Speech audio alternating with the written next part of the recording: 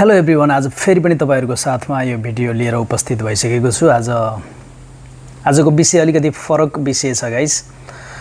नायिका तथा अभिनेत्री नीति शाहले अहिले जुन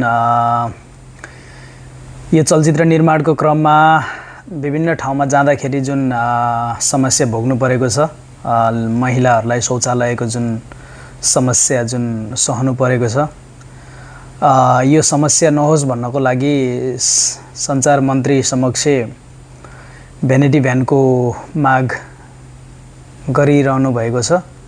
पक्कै पनि यो पर्यावरणलाई जोगाउनलाई र वातावरण एकदम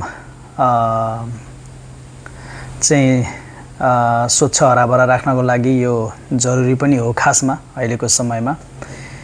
र अर्को कुरा, अहिले त अब हाम्रो यो एउटा अभियन्ता आशिका तामाङले जथाभावी पिसाब गर्नलाई पनि एकदम कडाइका साथ लागि परेकी छन्। हामीले देख्न सक्छौं सामाजिक सञ्जालतिर।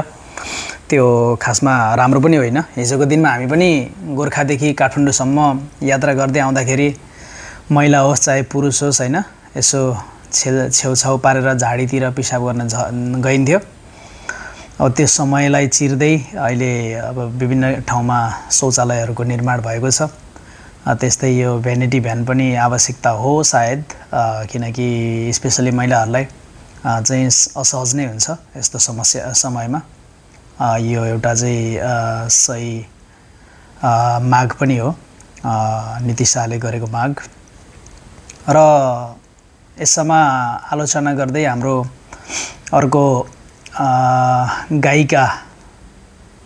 गायिका तथा मोडल ज्योति मगरजीले पनि आफ्नो धारणा व्यक्त गर्नुभएको छ। र नेपालमा विभिन्न किसिमको ठाउँहरुमा